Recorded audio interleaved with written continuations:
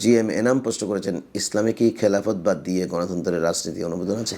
যেমন আমাদের দেশে যে গণতন্ত্র আছে, এই গণতন্ত্রের অনুমোদন কিন্তু ইসলামে নাই।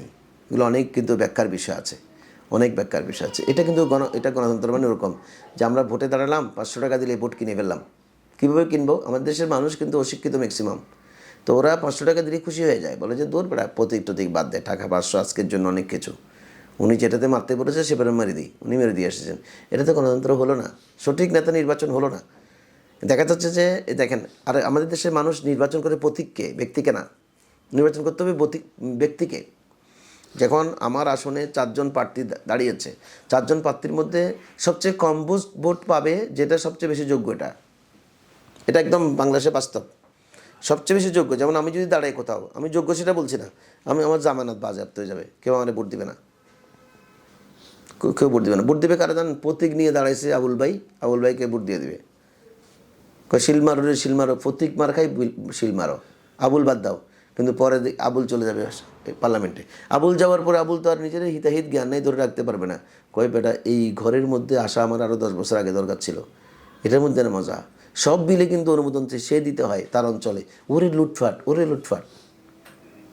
এখন আবুল মিয়া লুটফাট করে যে গুনাহ হবে, এটা যে আল্লাহ এবং রসুলের বিধান পরিপন্থী কাজ, এগুলো বুঝবার জ্ঞান তো তার কাছে নাই। যে বুঝার ছিল তাকে তো আপনি ভোট দেন নাই। এটা এই গণতন্ত্র কোনোদিন মানুষের মুক্তি আসবে না। গণতন্ত্রের জন্য আপনাকে ক্রাইটেরিয়া করে দিতে হবে যে কে দাঁড়াতে পারবে, কে দাঁড়াতে পারবে না, এবং কীভাবে ভোট চাইবে। আমি উজবেকিস্তানে গিয়েছিলাম, ওখানে কিন্তু কোনো রাজনৈতিক দল নাই, যে কেউ প্রেসিডেন্টে দাঁড়াতে পারবে। তো উনি দাঁড়াবার পরে ওনার পুরো ফিরিস্তি টেলিভিশন উপস্থাপন করবে, আমি এই লেখাপড়া করেছি, এই কাজে ছিলাম, আমি সরকারি বড় বড় দপ্তরে কাজ করেছি, বিদেশি বড় বড় মিশনে কাজ করেছি। তখন জনগণ বিবেচনা করে তাকে ভোট দেবে। বাস, উনি প্রেসিডেন্ট, উনি 5 বছর দেশ চালাবে। 5 বছর পরে আবার কোনো রাজনৈতিক দলও নেই, রাজনৈতিক নেতাও নেই, যে কেউ দাঁড়াতে পারবে, শিক্ষিত লোক। এখন দেখেন ভোটটা কত কঠিন। আপনি টেলিভিশনে কোনো পোস্টার এগুলো হবে না, মিছিল মিটিং হবে না। আমাদের এখানে সামনে নির্বাচন আসতেছে, পোস্টার আর মিছিলের জ্বালায় মাসখানিক মোটামুটি বাড়িতে থাকা যাবে না। শুধু শিলমারো রে শিলমারো, মার্কার কোনো শেষ নেই। এটা কিসের গণতন্ত্র? মার্কাই ভোট দেওয়া, এটা গণতন্ত্র না। ব্যক্তিকে ভোট দিতে হবে, ব্যক্তি যোগ্য কিনা, তারপরে জনগণের জন্য সে কিছু কাজ করবে, জবাবদিহিতে থাকবে।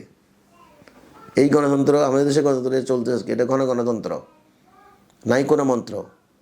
কথা বুঝেন নাই? এটা কোনো মন্ত্র নাই, গণতন্ত্র হবে। কদিন পর পরে এইটা হবে।